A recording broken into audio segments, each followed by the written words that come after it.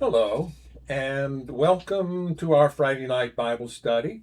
This is for Friday, June 27, is it? Let me double check.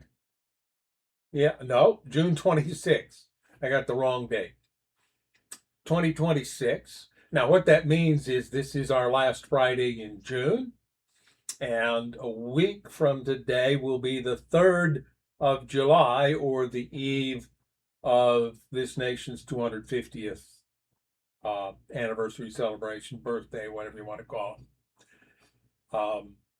So that's going to be a big celebration. And you've probably heard some things in the news about the reflecting pool on the mall in Washington, D.C., and the attempts to make it look nice for July the 4th, and some problems that have ensued, and a lot of accusations and counter accusations being made, and arguments, and people believing, oh well, this is sabotage, and so on and so forth.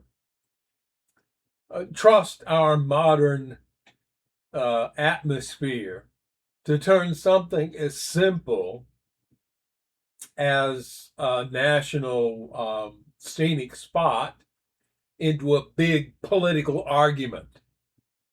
I mean, I guess I'm holding that forward as an illustration of just how ridiculous humanity has become as it falls even further from God's grace. So, I did notice in the news that there was a small plane crashed into Beijing's tallest building today. I've already heard a little bit of live court. I actually picked up Judge Jeffrey Middleton out of St. Joseph County, Michigan, a little bit of his court live today. He had one defendant who had gotten drunk and then drove and got into a single car collision, and her car slipped off the road, went into a tree, and she got out of the car, hailed a passerby, and went home. So she was charged, among other things, with leaving the scene of a property damage accident. And she was there to plead guilty to whatever deal the prosecutor had offered her. So we had a little bit of rain this week. It happened yesterday morning, just as I was getting dressed to go out and sweep the driveway. So after it rained, it didn't last that long. Less than an hour later, I looked out. It was bright out, and it looked like things were drying out. So I went out and looked, but the driveway was still too wet to sweep. A little later in the morning, I went out and swept it anyway. It was drier, but it was still wet. So rather than try and bag it up while wet, I just kind of swept it up into a pile, and that'll make it harder for it to dry out, but maybe it'll give me some more humus, organic material to add to the soil in my yard in spots where it's gotten a little, well, we've had utility work done, and they dig up your yard, and they don't bother to keep the topsoil separate. So then you end up with very low organic content soil on the top, and the lawn doesn't grow very well in that. So I may be able to use some of that for that. Anyway, that was our week, and I think we'll just go ahead and get started in our read through of the book of Isaiah. So let's bow our heads. Our Father in heaven, we thank you for your blessings. We thank you that we have an opportunity to spend time with each other and with the written word, and ultimately with you. we want this exercise to help us know you better. And for that, we understand we need the assistance of your Holy Spirit, so that we ask you will send that blessing to each person listening, that they might receive something meaningful for them. And we ask this in Jesus' name. Amen. So we were in the middle, sort of Isaiah chapter 9, and I was just pre-reading some of it. I'm going to get to point to a translation in the King James that uses some unusual wording, and that therefore kind of got misused in a song that I'm familiar with. But we'll get there. I think let's review again the opening of this chapter. We won't take maybe all that long with it, but I got to thinking last week that when we read this, we really didn't discuss it a whole lot, and I would like to do that before we move on. So chapter 9 begins saying, Nevertheless, that time of darkness and despair will not go on forever. The land of Zebulun and Naphtali will be humbled, but there will be a time in the future when Galilee of the Gentiles, which lies along the road that runs between the Jordan and the sea, will be filled with glory. Now, footnote A that we saw there just tells us that in the Hebrew Bible, that verse is considered part of chapter 8, and chapter 9 starts at verse 2, which I think is the point of footnote B. And then footnote C, well, let's read that and then we'll look it up. The people who walk in darkness will see a great light. For those who live in a land of deep darkness, a light will shine. Now, that's a translation of the Hebrew as we have it today. But footnote C is going to tell us, if I can get my cursor over here where it'll scroll the section I want, that the Greek version reads, a land where death casts its shadow. And it suggests we compare Matthew 4, verse 16. Now, Matthew 4 is an introduction to the ministry of Christ. Chapter 5 begins Matthew's recitation of the Sermon on the Mount. Matthew 4 talks about the beginning of Jesus' ministry. It includes how Jesus went about all Galilee, preaching and teaching the gospel of the kingdom and so forth. So verse 16 is Matthew quoting from this passage and using the Septuagint because he's writing for a Greek reading audience. So he was writing in Greek, and it was easiest for them to use the existing Greek translation of the Old Testament when they quoted from it. So we read in verse 12, it says, when Jesus heard that John had been put in prison, he returned to Galilee. Leaving Nazareth, he went and lived in Capernaum, which was by the lake in the area of Zebulun and Naphtali, to fulfill what was said through the prophet Isaiah. Land of Zebulun and land of Naphtali, the way to the sea along the Jordan, Galilee of the Gentiles. The people living in darkness have seen a great light. On those living in the land of the shadow of death, a light has dawned. So, essentially all we're learning there is that Matthew would have used the Septuagint when he quoted from that passage. But Matthew explicitly applies those verses to Jesus.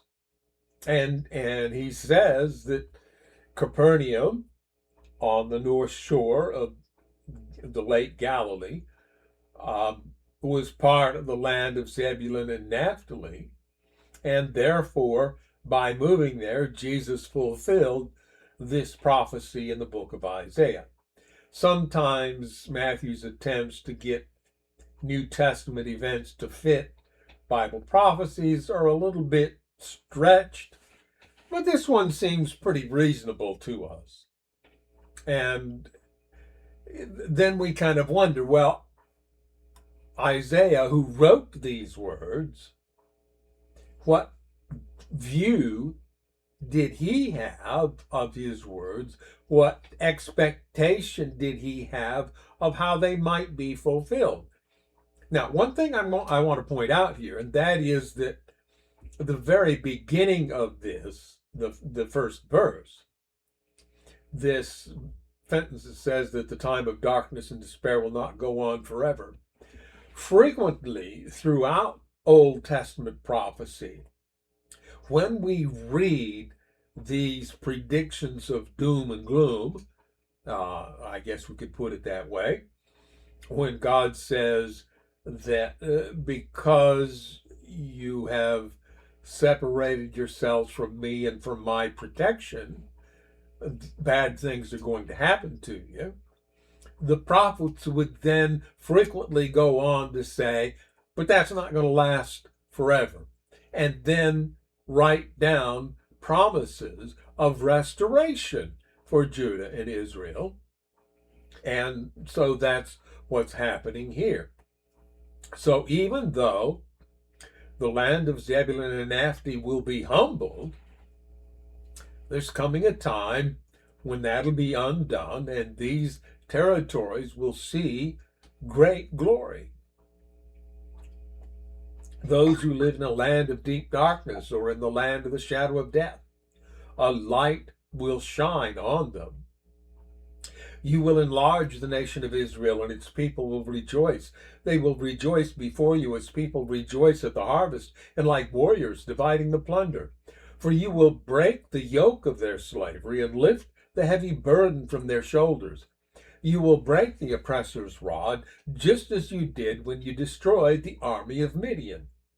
The boots of the warrior and the uniforms bloodstained by war will all be burned. They will be fuel for the fire. Now, some of what we're reading here could be seen as having been fulfilled in the days after the Babylonian captivity of Judah, when the Jews were enabled to return to the land. And eventually, over time, they took over the territory of the former northern kingdom. And part of that is because of their somewhat xenophobic opposition to the assistance of those people of Israel, and scholars will disagree on whether those people were actually Israelites or if they were the people that the Assyrians had moved into that country. Did some Israelites return? What we know is that the Jews, specifically Ezra and Nehemiah, and those who sided with them, cited intermarriage as a reason for not letting these people be part of rebuilding the temple, and therefore of the nation that they were rebuilding. And because of this, then, if the issue is intermarriage, then they must have believed that these people were originally Israelites. And yes, they may have intermarried with the people that the Assyrians moved there, but there were some Israelites there, and God had promised to bring Israel back to their land as well as Judah. And he also promised to reunite the two nations, a promise that was never fulfilled, as we've discussed in the past, as we've read that prophecy in Zechariah chapter 11. But so to some extent, then, this restoration of Israel takes place before Jesus gets here. And so Isaiah may not have had a view that he was actually pointing forward to a Messiah, at least at this point in his writing. But then we go to verse 6, and we really begin to wonder, what did Isaiah see, and how did he understand what he saw? And these are the words of that chorus from Handel's Messiah. For a child is born to us, a son is given to us. The government will rest on his shoulders, and he will be called Wonderful Counselor, Mighty God, Everlasting Father, Prince of Peace. Now, there's a footnote there for that Wonderful Counselor, and so they're suggesting here that it is possible to interpret the Hebrew as those being two terms, wonderful, comma, counselor, comma, and then mighty God, everlasting Father, Prince of Peace, making it 5 titles instead of 4. I don't suppose it's really important how you understand it. I do kind of prefer the wonderful counselor myself for reading, giving this 4 titles. Now, this idea of the government will rest on his shoulders, that fed into the Jewish conception that the Messiah, when he came, would be a government figure. And by the time when Jesus did come, and Judah was under Rome's boot heel, and resenting that foreign control, they were very prone to interpreting the prophecies about the Messiah as saying that he would come and restore Jewish sovereignty, push out the foreign control. And so when they read the government will rest on his shoulders, they saw the Messiah coming as a king who would reign in David's stead and would then run the country according to what their minds interpreted was the way the country should be read. And that led to a disconnect when Jesus actually arrived, because Jesus didn't fit that mental structure of what they thought the Messiah should be. He wasn't teaching the kinds of social control that they thought were appropriate, and he wasn't taking the throne to defeat the Roman occupation. And both of those, in their minds, proved that Jesus Christ couldn't be the Messiah. And the miracles aside, that was ignored. That reality was explained away because Jesus didn't fit their idea of what the Messiah was supposed to be. Therefore, God didn't send him. Therefore, he's a fraud and should be silenced. And they eventually saw to that. That's the problem we humans have when we get ideas in our heads and become proud of our own ideas and unwilling to adjust our beliefs based on the reality around us and on the continuing revelation of himself that God makes available to us. So, as we look at God's approach to the human race and we understand his original plan for us, God's government was essentially self-government, self-control. He designed us to control ourselves and to live according to the principles of love. And so the government resting on the shoulders of this child born to us is not this child becoming the dictator, but this child enabling us to govern ourselves as our Creator intended we should. And once that happens, then his government and its peace, because love leads to peace, will never end. This can go on forever. He will rule with fairness and justice from the throne of his ancestor David for all eternity. The passionate commitment of the Lord of Heaven's armies will make this happen. And now the tone of this chapter changes quite a bit. The Lord has spoken out against Jacob. His judgment has fallen upon Israel. And the people of Israel and Samaria, who spoke with such pride and arrogance, will soon know it.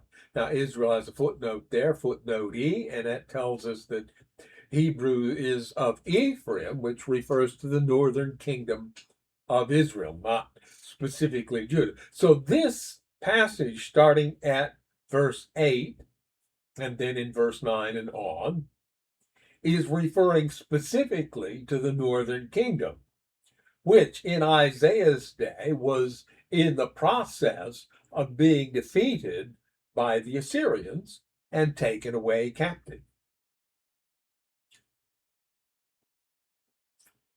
So the people of Israel and Samaria who spoke with such pride and arrogance will soon know that God has spoken out against Israel or Jacob and against Ephraim.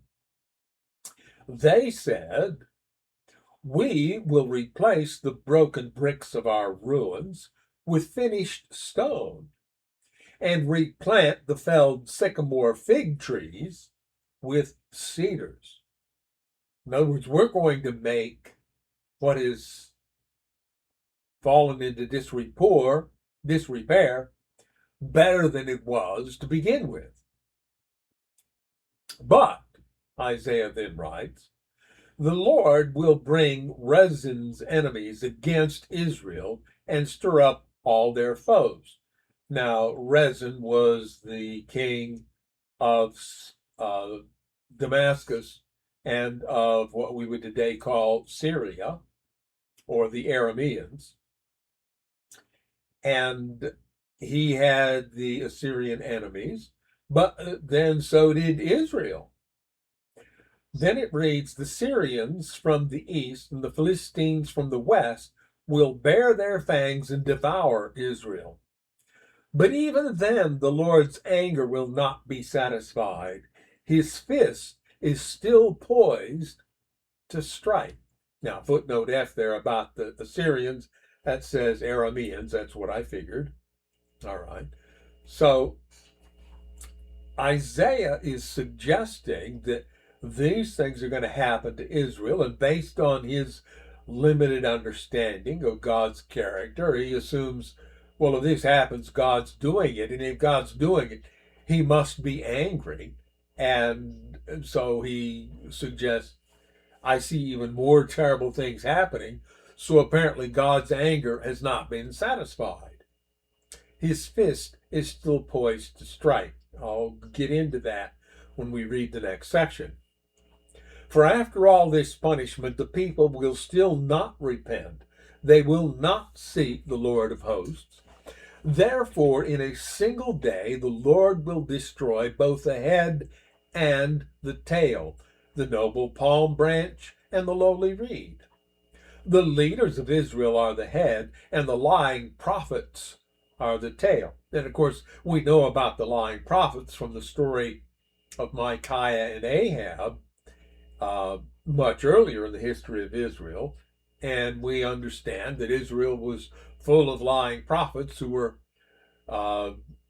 in order to make a living, plenty willing to tell the king whatever he wanted to hear, even if that was contrary to reality and therefore was a lie. For the leaders of the people have misled them. They have led them down the path of destruction. And that's what,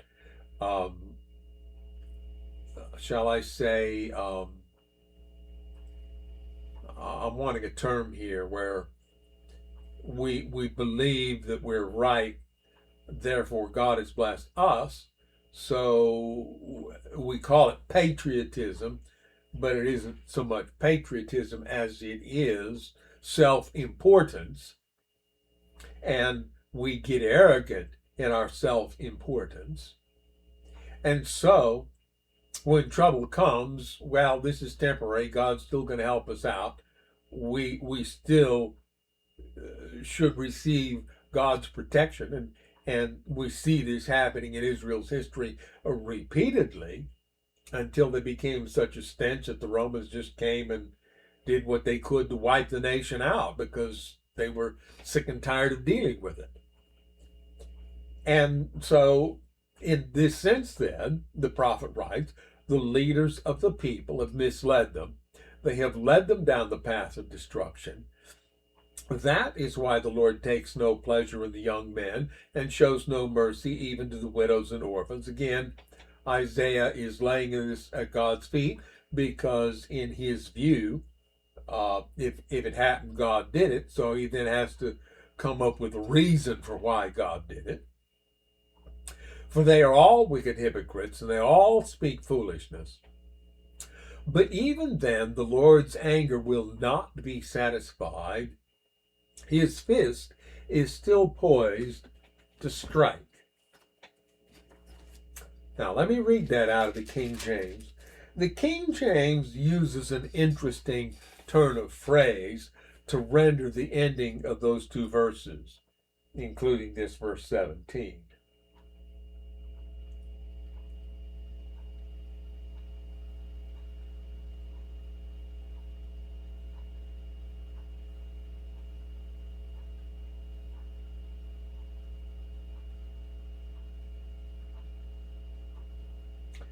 In verse 12, it says, the Syrians before and the Philistines behind, and they shall devour Israel with open mouth. For all this his anger is not turned away, but his hand is stretched out still. And again in 17, the King James read, therefore the Lord shall have no joy in their young men, neither shall have mercy on their fatherless and widows. For every one is an hypocrite and an evildoer, and every mouth speaketh folly. For all this his anger is not turned away, but his hand is stretched out still. Now, that wording led to an interesting interpretation, which we might actually find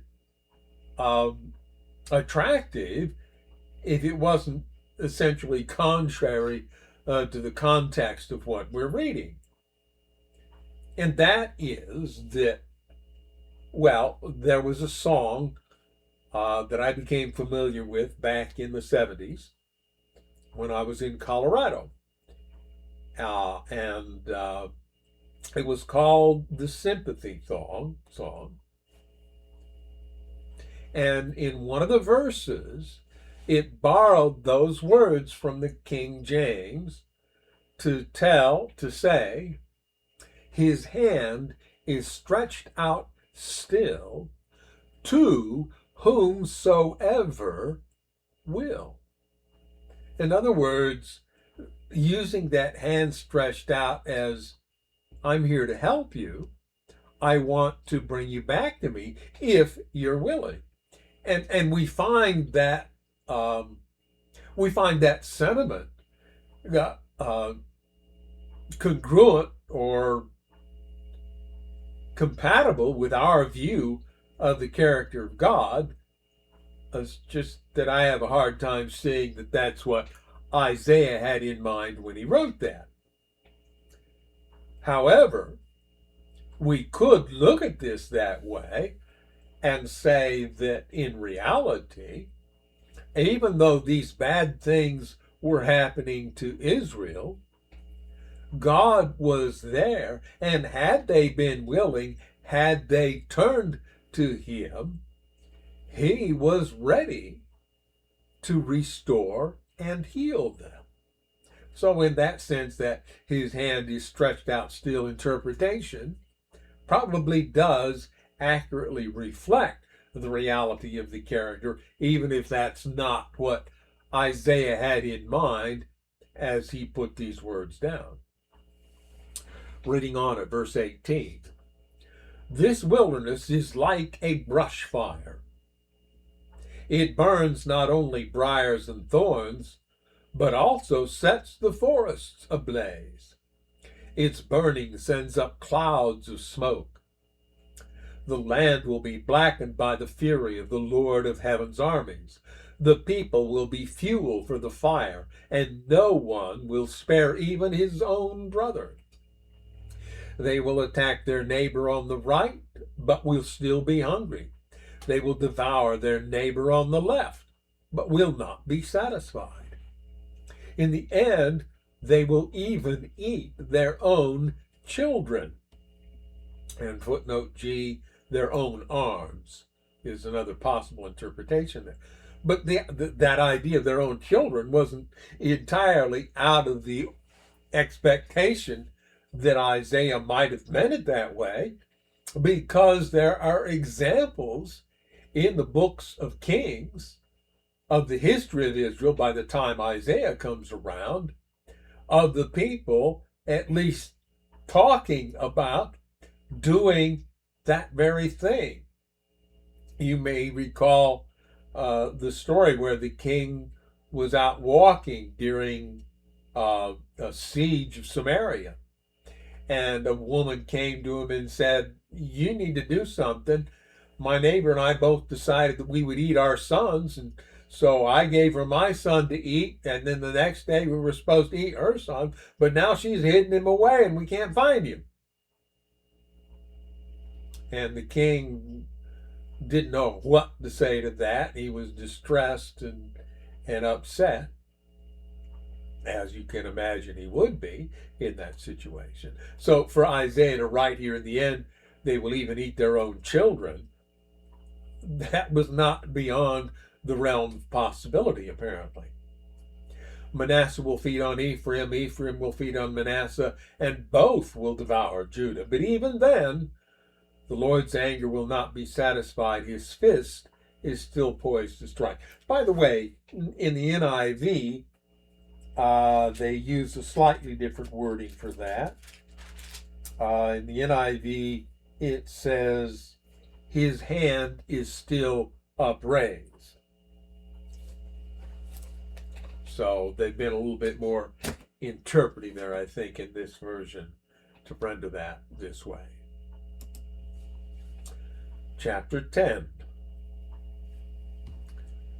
Woe to the unjust judges. That's how we might read the beginning of that.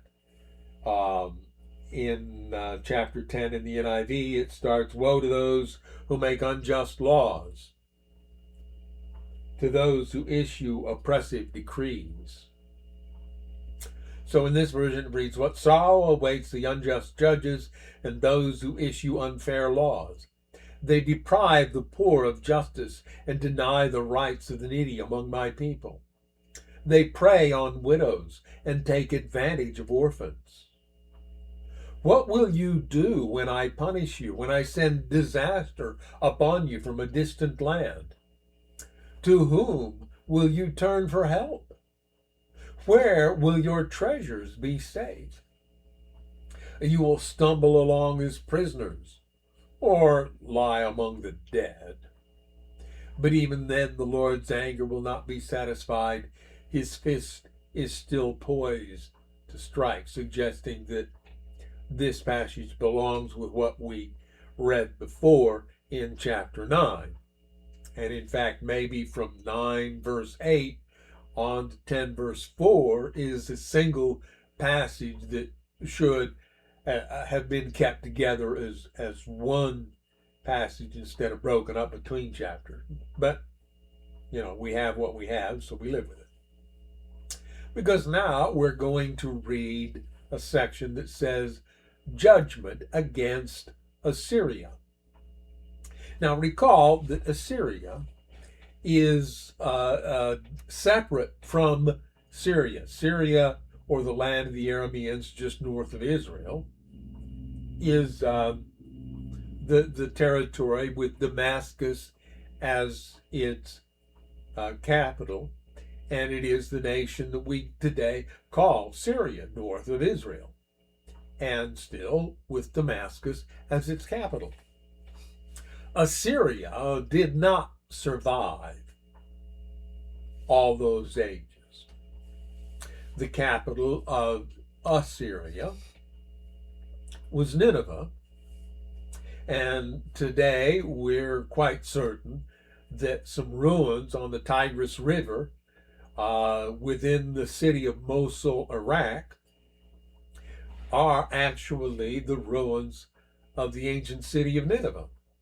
So that's where Assyria was headquartered, and the Chaldeans had their headquarters a little farther south between the Tigris and the Euphrates, at a land that we today, a city that we today call Babylon, and there are ruins of Babylon that Saddam Hussein tried to rebuild. And you can get into Google Earth, and you can go into Street View, and you can see some of those restored areas and some of the existing ruins of the land of Babylon. So both Assyria and Babylon were in the territory that today we call Iraq. Of course, then after Babylon became Medo-Persia, or the Persian kingdom, and Persia survives today as the country of Iran, next door to Iraq, and very often an enemy of Iraq, particularly in the days of Saddam Hussein, when the two nations had a lengthy war. So now we're reading this judgment against Assyria after this discussion from chapter 9 into chapter 10 of the nation of Israel and to some extent of Judah. What sorrow awaits Assyria, or woe to Assyria, the rod of my anger?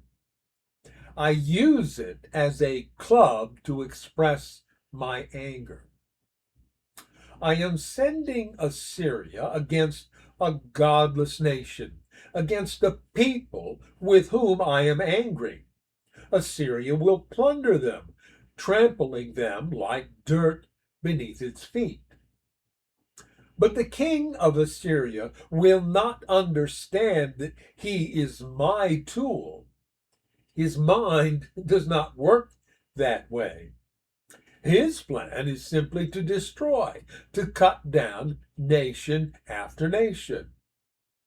He will say, each of my princes will soon be a king.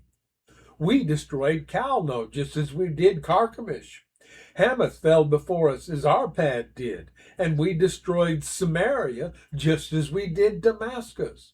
Yes, we have finished off many a kingdom whose gods were greater than those in Jerusalem and Samaria. And in our sermon presentation last week, we read the arrogant words of Sennacherib and his commanders when they besieged Judah and threatened to lay siege to Jerusalem itself, but apparently never did. So we will defeat Jerusalem and her gods, just as we destroyed Samaria with hers. After the Lord has used the king of Assyria to accomplish his purposes on Mount Zion and in Jerusalem, he will turn against the king of Assyria and punish him, for he is proud and arrogant. He boasts, by my own powerful arm I have done this. With my own shrewd wisdom I planned it. I have broken down the defenses of nations and carried off their treasures. I've knocked down their kings like a bull. I have robbed their nests of riches and gathered up kingdoms as a farmer gathers eggs. No one can even flap a wing against me or utter a peep of protest. The very colorful metaphor being used there when he treats the people of other nations as if they're chickens that he can go and do with as he wishes, and the chickens don't dare even flap a wing or utter a peep in protest. That's his level of arrogance. And Isaiah looks at that and he thinks to himself, certainly God is going to put an end to that level of arrogance. Well, we know that Assyria eventually lost influence as Babylon gained influence. And I don't know that we can necessarily say that Assyria was defeated by Babylon, but that was almost that kind of a thing. And so Assyria did eventually vanish, and all we have today is some ruins near the city of Mosul, Iraq. We don't have an Assyria. We have an Egypt. We have a restored Israel. We have Syria. We have Jordan, which is the former territory of Moab and Ammon. But we don't have an Assyria.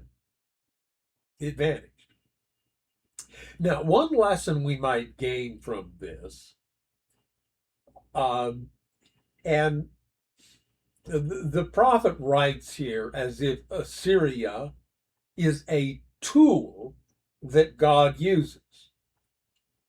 Well, we might suggest that God allowed Syria liberty to do what Assyria intended to do, and that accomplished certain things that God, again, allowed to happen.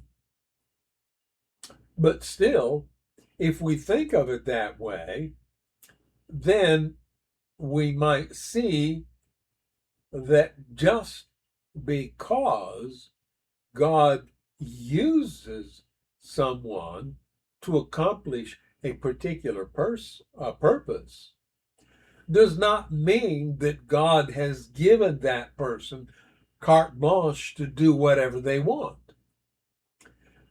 You may be able to point to a time when God used you for something, but that doesn't mean that everything you do now reflects God's purpose. And if you become arrogant and insist that you have the right to do what you want to do because you are God's instrument on earth, you can find yourself in trouble. And that's what this is. That's the idea that Isaiah expresses here when he talks about what will happen to Assyria after it carries out the destruction of all these nations. So, verse 12, after the Lord has used the king of Assyria to accomplish his purposes on Mount Zion and in Jerusalem, he will turn against the king of Assyria and punish him, for he is proud and arrogant.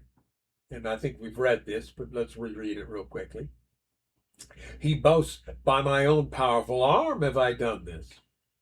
With my own shrewd wisdom I planned it. I have broken down the defenses of nations and carried off their treasures. And then that phrase that likened the other nations to chickens, where he gathered the eggs and nobody could say anything about it.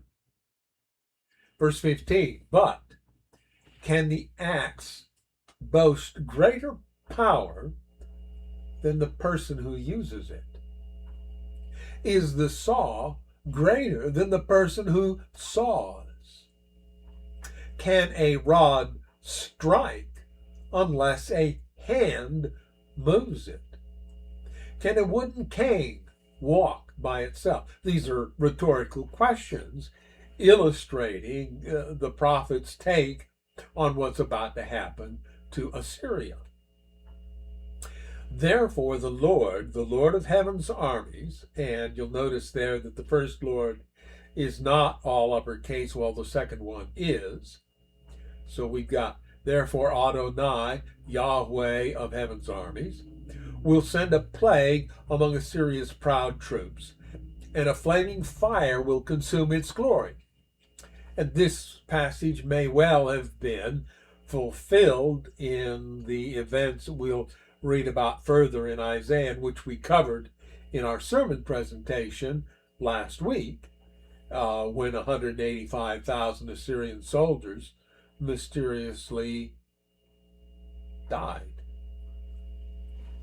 The Lord, the light of Israel, will be a fire. The Holy One will be a flame. He will devour the thorns and briars with fire, burning up the enemy in a single night. The Lord will consume Assyria's glory, like a fire consumes a forest in a fruitful land. It will waste away like sick people in a plague. Of all that glorious forest, only a few trees will survive, so few that a child could count them. Now, we do take issue to some extent with the violent portrayal of God in this passage. That's how the prophet sees it, so that's how he writes it. But he is writing accurately about what is going to happen. And God allows this portrayal of him in part because he is willing to take responsibility for those things that he steps back and allows. And so we remind ourselves that God created humanity to be free. Humanity misused that freedom, but God does not lightly interfere with that freedom.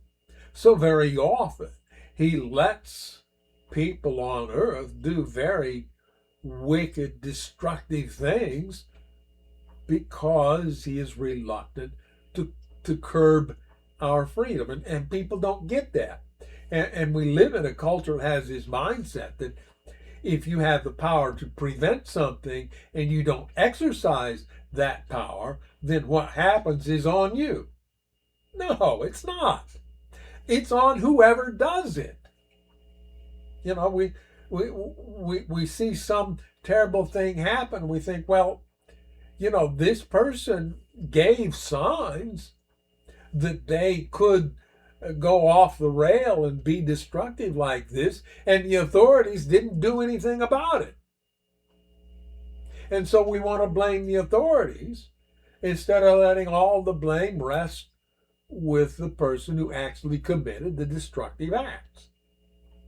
And then that leads our ruling authorities, the people in charge of government, to take more of our freedoms away from us, lest they be accused of responsibility for terrible things that broken humans do to other people. What's the saying? Hurt people hurt people.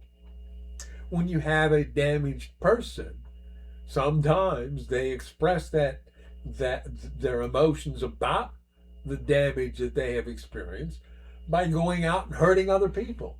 These things happen. And I think perhaps one of the reasons we have this penchant to lay the blame on authority figures is because we don't want to lay the blame where it really belongs, on the people who did the initial hurting, on the parents who abuse their children in various ways, not necessarily physically, on a culture that sees wealth as almost a right and is something that people should be allowed to hoard and accumulate, which then leaves other people with next to nothing and struggling to survive. And this damages people because we don't want to deal with that. So we go around blaming things that the blame doesn't belong to. So then confronting all that nonsense and believing that if things happen, God does them, then Isaiah writes like this and says that Assyria doesn't recognize that it's just a tool. It's been given freedom by God to do certain things, but that doesn't make what it does right. God gives us freedom. Whether or not what we do with that freedom is right depends on the choices that we make, not on what God allows. Reading on. In that day, the remnant left in Israel, the survivors in the house of Jacob, will no longer depend on allies who seek to destroy them, but they will faithfully trust the Lord, the Holy One of Israel. A remnant will return. And there's a footnote there. Hebrews says Shir Jashub, which is that's the meaning of that Hebrew term. So they went ahead and translated it here. A remnant will return. Yes, the remnant of Jacob will return to the mighty God.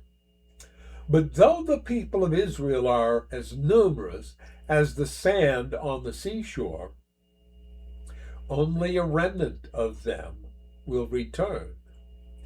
The Lord has rightly decided to destroy his people. Yes, the Lord of heaven's armies has already decided to destroy the entire land. Now, Isaiah writes this in the active voice, God's going to do this, rather than God's going to allow this, because that's his limited understanding. So this is what the Lord of heaven's armies says. And there again we see the Adonai and Yahweh repeated one after the other. It makes it a little redundant in our English versions because we choose to translate the Tetragrammaton with the word Lord. So we have Lord, Lord, when in fact there's two different words in Hebrews. The Lord of heaven's armies says, O my people in Zion, do not be afraid of the Assyrians when they impress you with rod and club, as the Egyptians did long ago. In a little while my anger against you will end, and then my anger will rise up to destroy them. The Lord of heaven's armies will lash them with his whip, as he did when Gideon triumphed over the Midianites at the rock of Oreb, or when the Lord's staff was raised to drown the Egyptian army in the sea. In that day, the Lord will end the bondage of his people. He will break the yoke of slavery and lift it from their shoulders. Footnote C. As in the Greek version, the Hebrew reads, the yoke will be broken, for you have grown so fat. No, that's interesting. Also, they have an alternative reading here from the Greek for verses 22 and 23, where the Greek version reads, only a remnant of them will be saved, for he will carry out his sentence quickly and with finality and righteousness, for God will carry out his sentence upon all the world with finality. And they suggest that we compare Romans 9, verses 27 and 28, where Paul would have quoted this passage in his discussion of the nation of Israel in his day, and attempting to come to terms with what he sees happening on the world stage as the influence and sovereignty of Judah is vanishing and will eventually be entirely wiped out. Now, that happened after Paul died, but he sees the signs of that's happening. And in Romans chapters 9 through 11, he struggles with understanding why God would allow that. And what he writes often gets misinterpreted, but that's essentially the issue that he was dealing with. So, a remnant will return, or only a remnant will return. Now, this passage is one of those that gives rise to a number of religious traditions which talk about a remnant people, those who remain, and particularly in religious traditions which put a lot of focus on end of time theology and who see the current age as the end of the earth's history, then they tend to see themselves as the remnant who are left behind, who will receive God's salvation.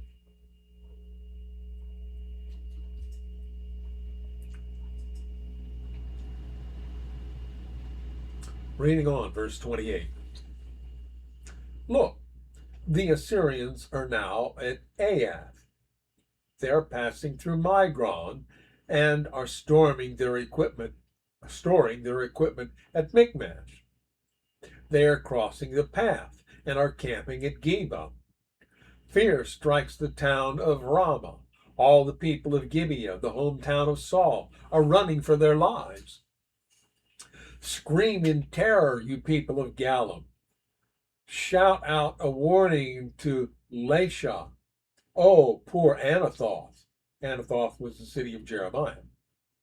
There go the people of Madmenah, all fleeing. The citizens of Gebim are trying to hide.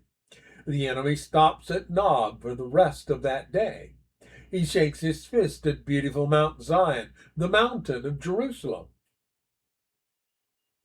So the prophet describes Assyria making its march through Judah, and we read, as we will get to eventually, we read it from Kings, but it's essentially identically repeated in Isaiah a little bit farther on, that the Assyrians did take most of the fortified cities of Judah. So this is discussing that. But then in verse 33, the narrative turns. But look, the Lord of heaven's armies, that same construction, Adonai, Yahweh of hosts, will chop down the mighty tree of Assyria with great power. He will cut down the proud. That lofty tree will be brought down. He will cut down the forest trees with an axe. Lebanon will fall to the mighty one. Or with an axe, as even the mighty trees of Lebanon fall. So we've read chapter 10, and I'm looking at our time here to see how much room we have to go. Chapter 11. Here's another Messianic prophecy. Out of the stump of David's family will grow a shoot. Yes, a new branch bearing fruit from the old root. Footnote A, the stump of the line of Jesse. Jesse was King David's father. All right, so, and certainly that's how Jews at the time would have understood it. Everybody knew that Jesse was David's father, so in our day, that may be a little bit more difficult for people to grasp. So this version actually says David's family. Let me look at the NIV. Stump of Jesse. Yeah, they just went ahead, translated it as it is, rather than trying to explain what was meant by that. In other words, expecting their readers to have the intelligence to remember that Jesse was David's father. So now we're reading about this branch bearing fruit from the old root. And that takes us back to a passage earlier that we read where it talked about even when a tree has been fallen, the stump can be bound up and it can bear another shoot. So this is kind of building on that image. Verse 2, and the Spirit of the Lord will rest on him. The spirit of wisdom and understanding, the spirit of counsel and might, the spirit of knowledge and the fear of the Lord. Now, knowledge. Did Jesus, when he came to earth in the line of David, according to the New Testament writers, did he bring a spirit of knowledge of the Lord? And I don't really like the rendering the Hebrew here fear, but that's the tradition, so that's what gets done. We read in the New Testament, perfect love casts out fear. So we're not to fear God, we're to love him. We're to honor and respect him. We are to believe the truth about him and trust him. Fear does not lead to trust. So maybe instead of fear, we could put trust in the Lord. So the Spirit of the Lord will rest on him, the spirit of wisdom and understanding. In other words, of getting ourselves reattached to reality. The spirit of counsel and might. If we're attached to reality, we're able to make better decisions about how to relate to the world around us, which gives us strength to cope with the mess that we're in.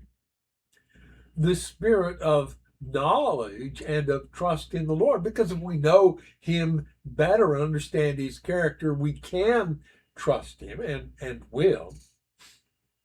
He will delight in obeying the Lord. He will not judge by appearance, nor make a decision based on hearsay.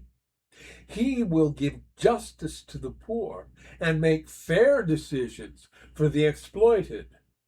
The earth will shake at the force of his word, and one breath from his mouth will destroy the wicked.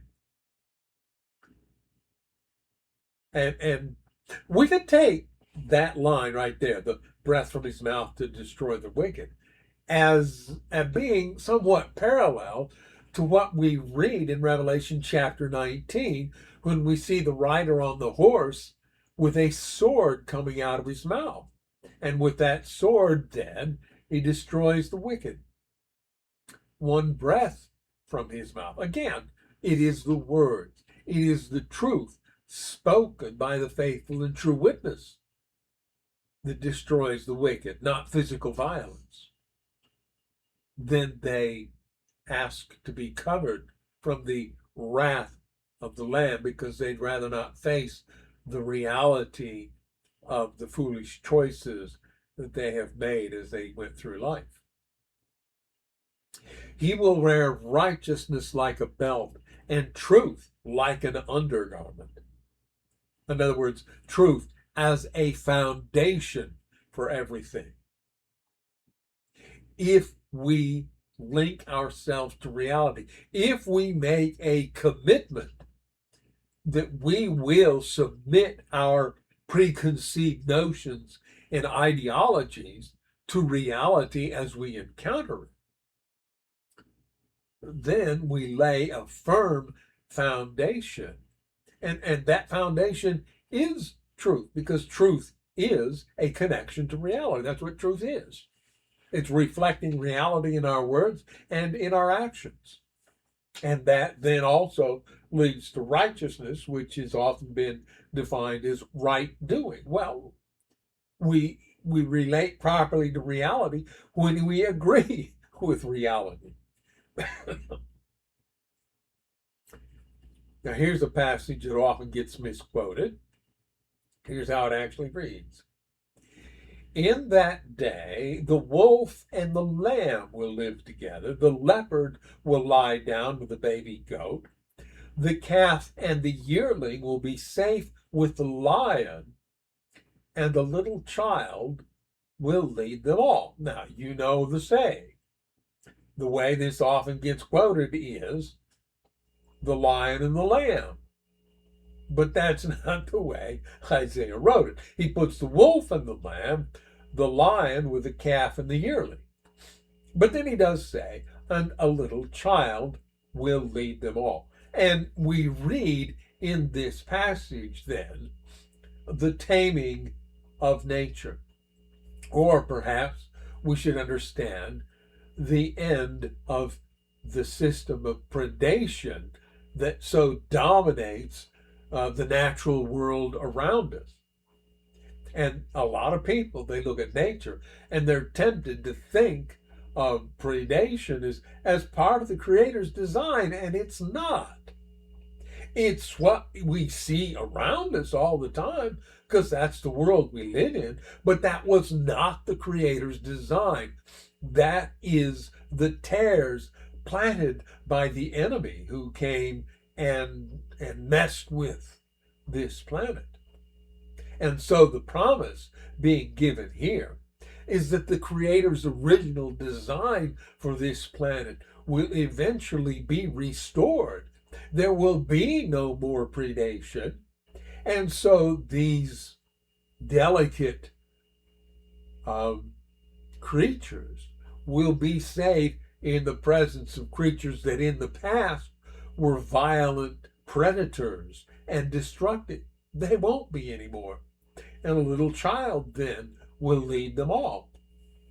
The cow will graze with the bear, the cub and the calf will lie down together. The lion will eat hay like a cow. The baby will play safely near the hole of a cobra.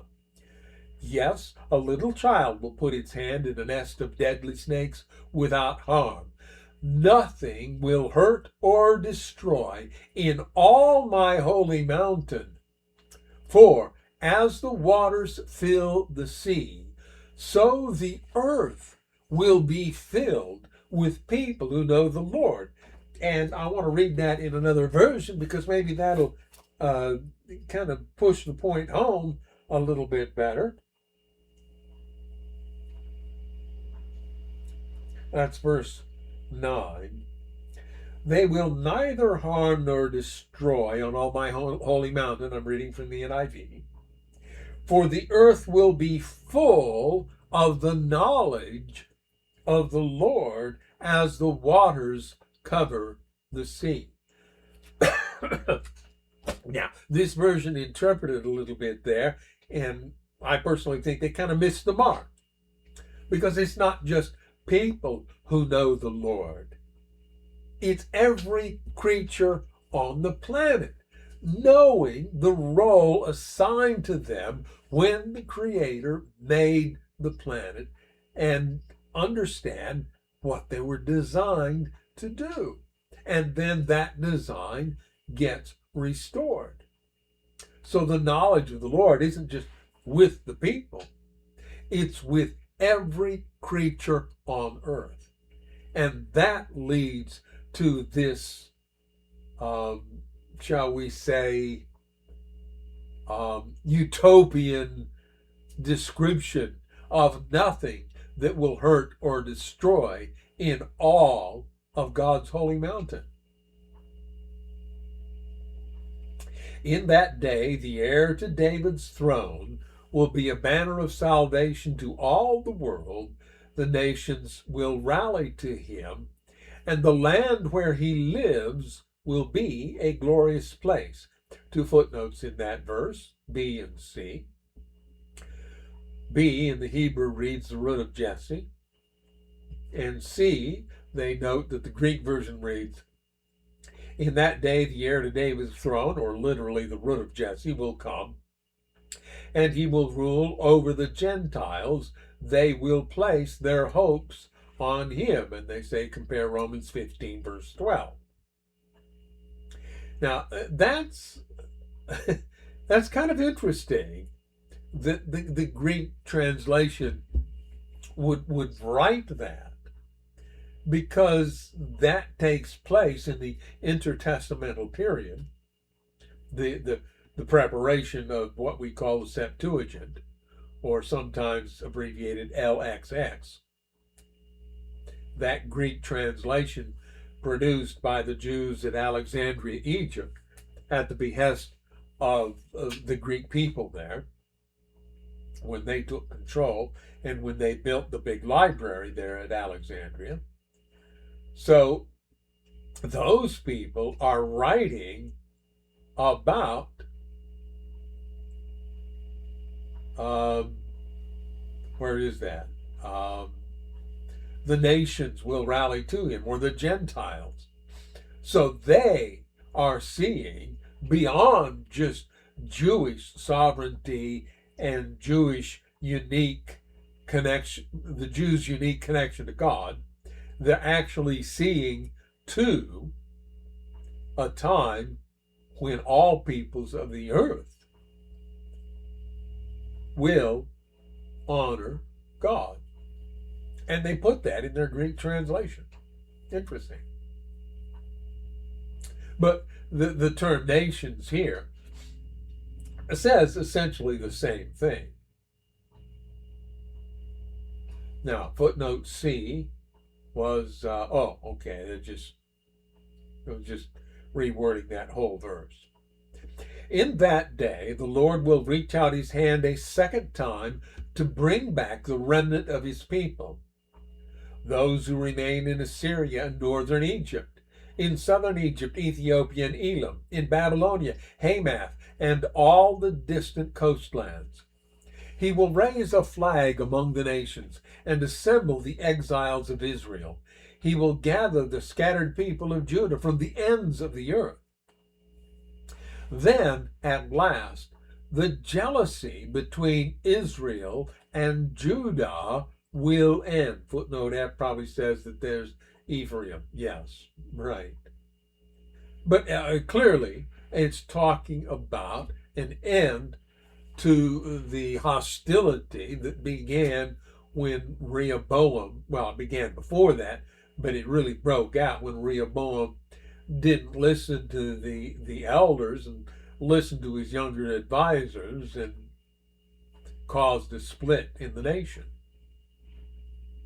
At last, the jealousy between Israel and Judah will end. They will not be rivals anymore. They will join forces to swoop down on Philistia to the west. Together they will attack and plunder the nations to the east. They will occupy the lands of Edom and Moab, and Ammon will obey them. The Lord will make a dry path through the gulf of the Red Sea. Well, he did that before, apparently. He will wave his hand over the Euphrates River, sending a mighty wind to divide it into 7 streams so it can easily be crossed on foot. He will make a highway for the remnant of his people, the remnant coming from Assyria, just as he did for Israel long ago when they returned from Egypt.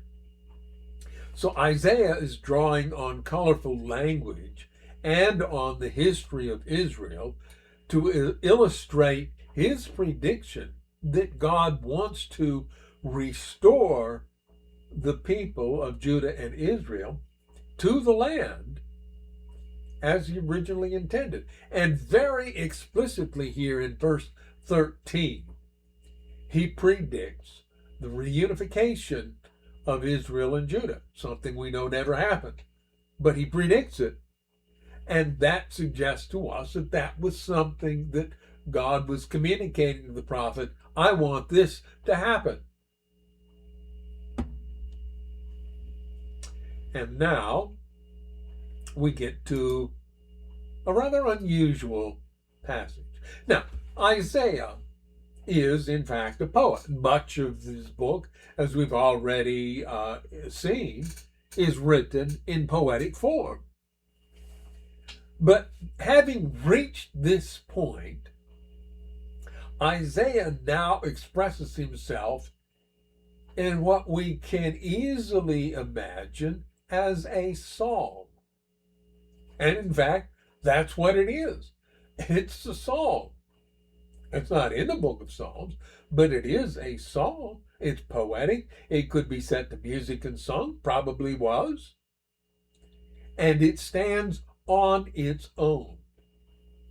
But in this context, then, we're seeing Isaiah write about his expectation that God would restore the people to their land, and to some extent that took place. And then he's going to say, when that happens, or in that day, beginning of chapter 12 here, you will sing, I will praise you, O Lord. You were angry with me, but not anymore. Well, God is not angry at people. He is angry at their foolish choices. He's angry at the sin that separates them from Him. He's angry at the spiritual diseases that destroy their literal physical lives. So if God is not angry anymore, it's because He has restored us to Him. You were angry with me, but not anymore. Now you comfort me. See, God has come to save me. I will trust in Him and not be afraid. The Lord God is my strength and my song. He has given me victory. Now that's a little bit different in the NIV. I want to read it from there. Surely God is my salvation. I will trust and not be afraid. The Lord is my strength and my song. He has become my salvation. With joy, you will drink deeply from the fountain of salvation. In that wonderful day, you will sing. Thank the Lord. Praise His name. Tell the nations what He has done. You see how this sounds very much like what we read in the book of Psalms? Let them know how mighty He is. Sing to the Lord, for He has done wonderful things. Make known His praise around the world. Let all the people of Jerusalem shout His praise with joy, for great is the Holy One of Israel who lives among you. And you can, I think, imagine Isaiah writing these notes about what God's revealing him to him about the future of His own people, and about God's promise and desire to restore His people, including restoring the brotherhood between Judah and Israel. That is a key part of God's plan.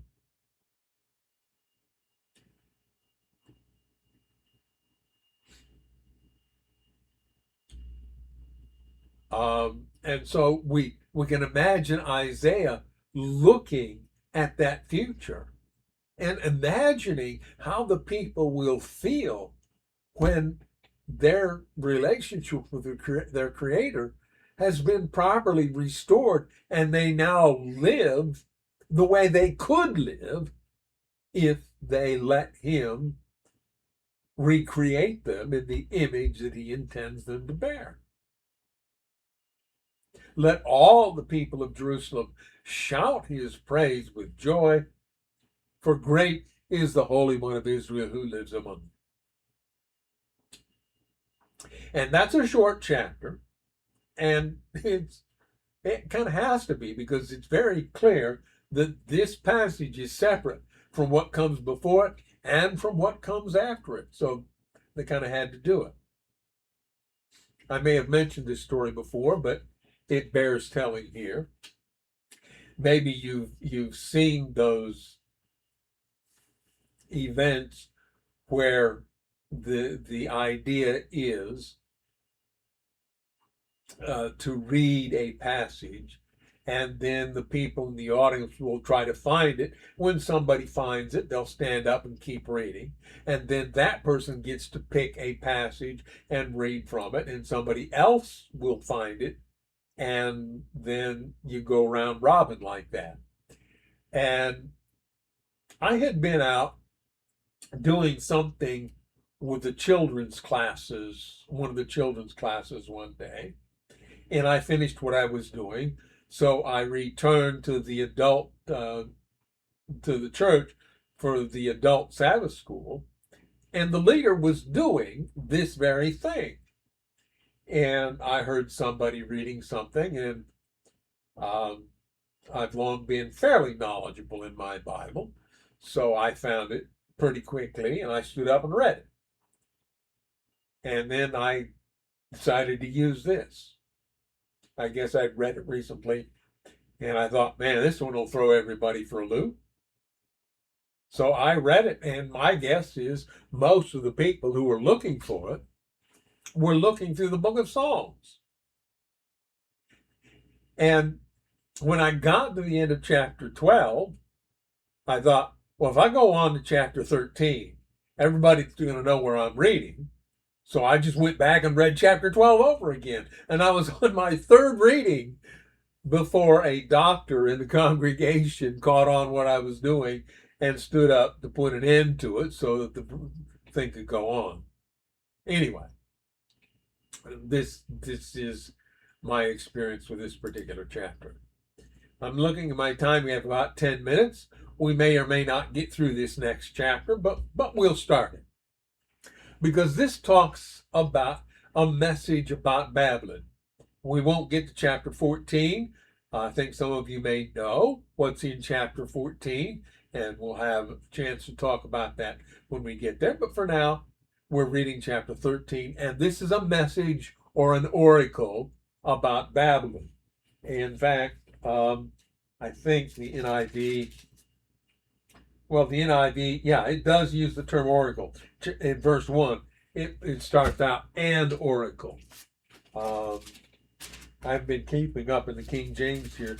Let me get the pages turned. Yes. Well, the King James, and yeah, I'm familiar with this wording. I remember that now. The burden of Babylon. So the more modern translations use oracle. The King James used burden.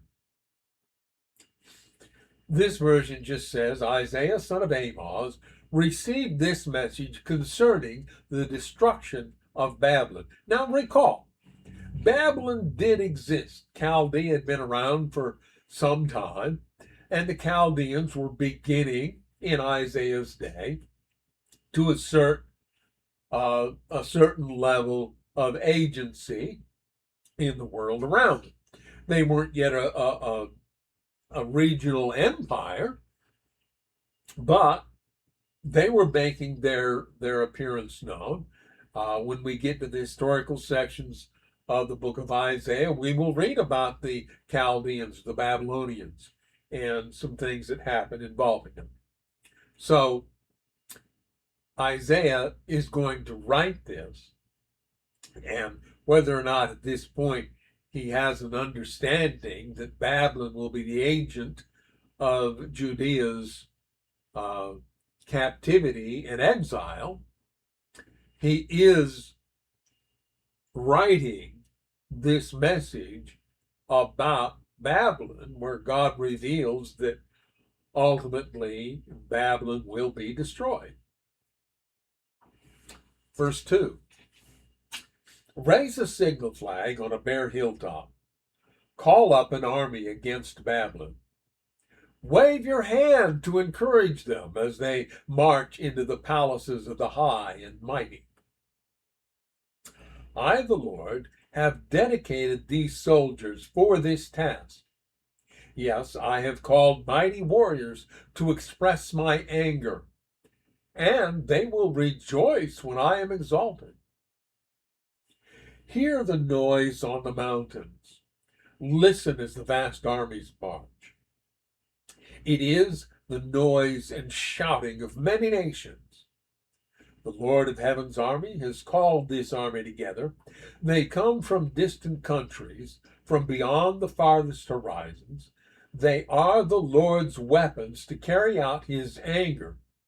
With them he will destroy the whole land. Now again, we see Isaiah writing out his understanding of what's going on in the world around him. And he sees this destruction happening, and he assumes, because of his Hebrew upbringing, that if this destruction is happening, then God has willed it. It's his intent, his purpose. He's doing it. And so he writes in that vein. And it says the Lord of Heaven's army has called this army together, not just allowed humans the freedom to do the destructive things they do. And he calls them then the Lord's weapons to carry out his anger. Scream in terror, for the day of the Lord is arrived, the time for the Almighty to destroy. Every arm is paralyzed with fear. Every heart melts and the people are terrified. Pangs of anguish grip them, like those of a woman in labor. They look helplessly at one another, their faces aflame with fear. For see, the day of the Lord is coming, the terrible day of his fury and fierce anger. The land will be made desolate and all the sinners destroyed with it. The heavens will be black above them, the stars will give no light. The sun will be dark when it rises, and the moon will provide no light. Now, this passage about the day of the Lord has been reinterpreted in the modern age to refer to what some people call the end of time, or the time just before the second coming of Christ. And for that reason, they see that time as a day of destruction.